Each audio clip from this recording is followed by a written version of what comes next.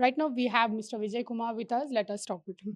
So ఇప్పటికే 2 ఏళ్ల పాలన ఎలా అనిపిస్తుంది కూటమి పాలన? అంటే హోమ్ మంత్రి అనిత ఇప్పటికే 14% క్రైమ్ డిక్రీజ్ చేసామేమో అంటారు. దీన్నేమంటారు?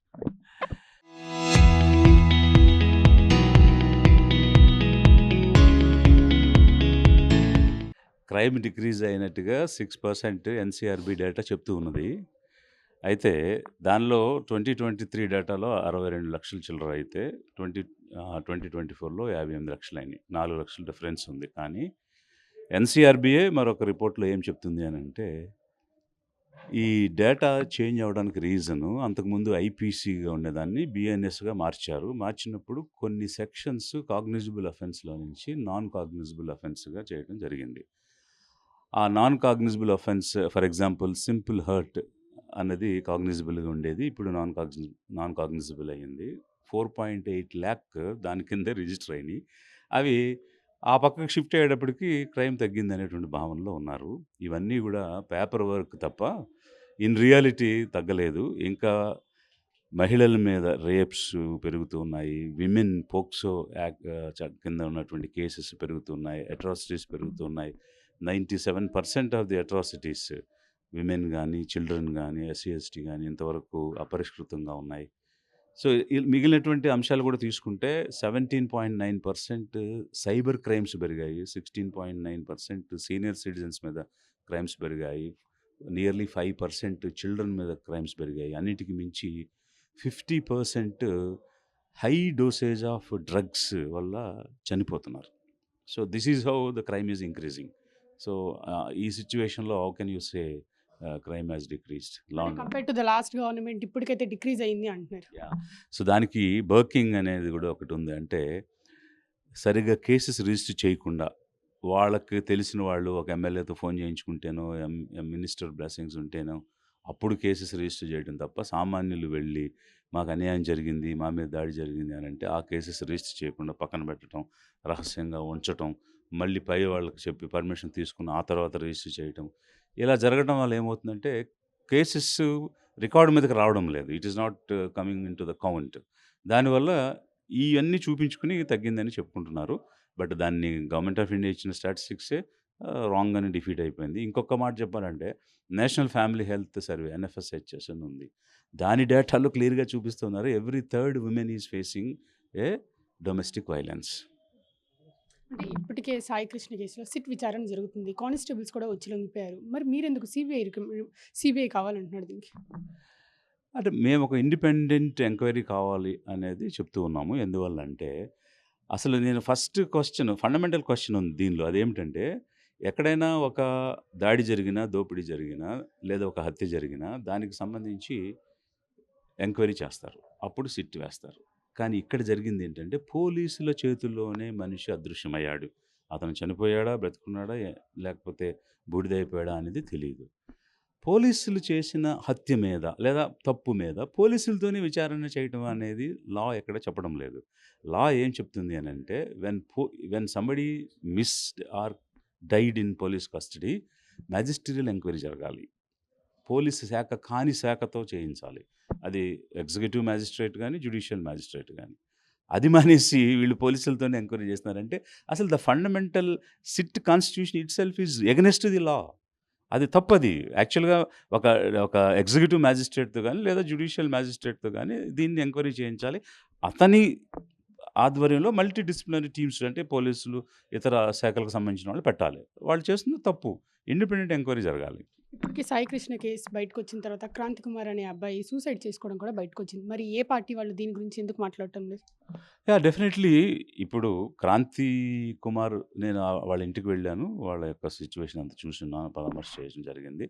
వాళ్ళ తండ్రి చెప్తూ ఉన్నాడు, హిందూపురం నుంచి ఇచ్చాపురం వరకు నేను తిరిగి తెలుగుదేశానికి ఓటేయమని అడిగాను.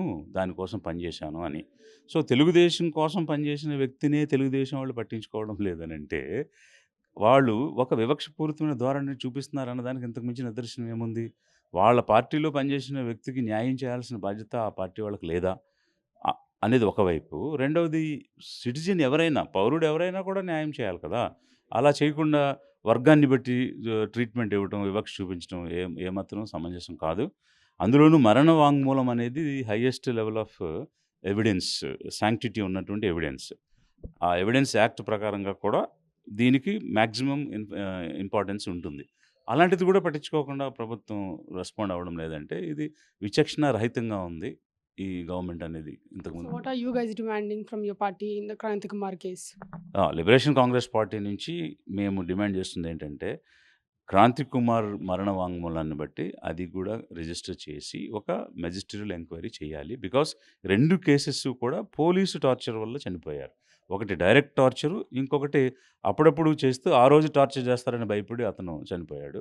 అందువల్ల ఒక ఇండిపెండెంట్ జడ్జి ఆధ్వర్యంలో ఒక టీమ్ తోటి ఎస్ఐటి ఎంక్వైరీ చేసి న్యాయం చేయాలి ఆ కుటుంబానికి. ఆ కుటుంబానికి రిలీఫ్ కూడా అట్రాసిటీ యాక్ట్ కింద వాళ్ళకి రిలీఫ్ వస్తుంది. ఆ రిలీఫ్ కూడా ఇవ్వాలని మేము డిమాండ్ చేస్తున్నాం. ఇప్పటికే టీడీపీ వాళ్ళు మీ మీద చాలా ట్రోలింగ్ చేస్తున్నారు. డిఎస్సిలో కమ్మ వాళ్ళకి ఎక్కువ ఓట్స్ ఇచ్చారని మీరు చెప్పారంటున్నారు. కానీ అది అక్కడ జరగలేదు అని టీడీపీ వాళ్ళు అంటున్నారు. దీని గురించి ఏమంటారు? నేను ఒక పాడ్‌కాస్ట్‌లో ఒక రిఫరెన్స్ వచ్చినప్పుడు రూల్స్ మార్చారని చెప్పాను. అంటే నోటిఫికేషన్ ఇచ్చేసి రిక్రూట్‌మెంట్ జరుగుతున్న సమయంలో ఆన్‌సెట్ అయిన తర్వాత రూల్స్ చేంజ్ చేశారు. పర్టిక్యులర్‌గా స్పోర్ట్స్ కోటా రూల్స్ మార్చారు. అలా మార్చకూడదు. నోటిఫికేషన్ ఇచ్చిన ముందు ఏమున్నాయో అదే పాటించాలి. మధ్యలో మార్చకూడదు.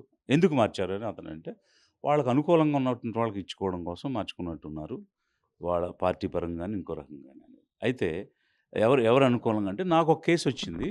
పబ్లిక్ సర్వీస్ కమిషన్‌లో జయవర్ధన్ చౌదరి అనేటువంటి వ్యక్తికి స్పోర్ట్స్ కోటాలో డీఎస్పీ ఇవ్వడం అనేది జరిగితే, దాని మీద లేఖ్య మౌనిక అని ఇంకొక ఇద్దరు క్యాండిడేట్స్ హైకోర్టులో ఫైల్ చేశారు. శాప్ చైర్మన్ కమ్మ, జయవర్ధన్ చౌదరి కమ్మ. అతనికి 5 ఎకరాల పైనే భూముంది. తండ్రి ఉద్యోగం చేస్తున్నాడు. 8 లాక్స్ పైన ఇన్‌కమ్ ఉంది.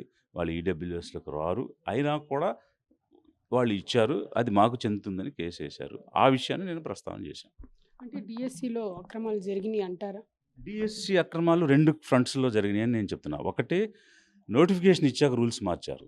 2 టెట్ అనేది లేకుండా, అంటే అసలు కాంపిటీటివ్ ఎగ్జామ్ లేకుండానే స్పోర్ట్స్‌లో జాబ్స్ ఇస్తామని జీవో ఇచ్చారు. అది ఓకే. స్పోర్ట్స్‌ని ఎంకరేజ్ చేయడానికి ఇచ్చారని అనుకుందాము. బట్ టెట్ లేకుండా ఉద్యోగం ఇవ్వడానికి లేదు. ఎందుకంటే రైట్ టు ఎడ్యుకేషన్ యాక్ట్ గాని, సుప్రీం కోర్ట్ గాని చాలా స్పష్టంగా చెప్పింది. ఉద్యోగంలో ఉన్న వాళ్ళనే ఈ టెట్ అనేది పాస్ అయితే కొనసాగించాలి. లేకపోతే వాళ్ళనే తీసేయమంది. ఇన్ని సంవత్సరాలుగా జాబ్ చేస్తున్న వాళ్ళనే పాస్ అవ్వకపోతే తీసేయమన్నప్పుడు, కొత్తగా తీసుకునేటప్పుడు ఖచ్చితంగా అది పాస్ అయి తీరాలి గదా! అదే తప్పు. వాళ్ళ జాబ్స్ నిలబడవు. ఎందుకనంటే టెట్ పాస్ అవ్వలేదు కాబట్టి ఆళ్ళు అర్హులు కాదని చెప్పాను. You have seen TDP government and YCP government doing the governance. So ఇద్దరిలో ఫస్ట్ 2 ఇయర్స్‌లో ఎవరి పరిపాలన బాగుందంటారు? ఇప్పుడు ఇది ఏ ప్రభుత్వం అయినా ఇవన్నీ గూడా పెట్టుబడిదారుల పార్టీలు. వీళ్ళు ఎంతవరకు ఆధిపత్యము, పెత్తందారీతనాన్నే ప్రోత్సహిస్తూ ఉంటారు. సామాన్యుడికి న్యాయం జరగడం లేదు.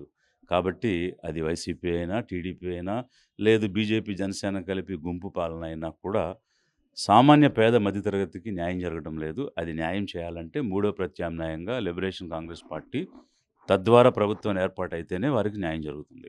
అంటే మొన్న పవన్ కళ్యాణ్ గారు కుల రాజకీయాలు ఎక్కువైపోతున్నాయని ఒక స్టేట్మెంట్ పాస్ చేశారు స్టేజ్ మీద. What is your take on that? అతనే కదా కులం గురించి ఎప్పుడు మాట్లాడేది. మిగిలినోళ్ళు ఎవరు కులం మాట్లాడట్లేదు. మేము సామాన్య పేద మధ్య తరగతి కోసం లిబరేషన్ కాంగ్రెస్ పార్టీని స్థాపించి ముందుకొచ్చాము. అతను ఎక్కడికి వెళ్ళినా కనీసం కులభావం తెచ్చుకోండి, కాపులైనా నాకు ఓటేయండి, నేను సీఎం అవుతానని కులాన్ని గురించి మాట్లాడేది వ్యక్తి అతనే. కులం కార్డు మీద ట్రాక్ రికార్డ్ పెట్టుకుంది అతనే. కులం కార్డు మీద ఫ్యాన్స్ ఏర్పాటు చేసుకుంది అతనే. ఆళ్ళ కమ్యూనిటీ ఫ్యాన్స్ ద్వారా, ఆళ్ళ కమ్యూనిటీ ఓట్ల ద్వారా నేను సీఎం అవుతానని చెప్పింది అతనే, మేము కాదు. Thank you. సో చూసారు కదా, ఇది ఇక్కడ పరిస్థితి. కెమెరామెన్ నానితో అథా మొహమ్మద్ RTV విజయవాడ.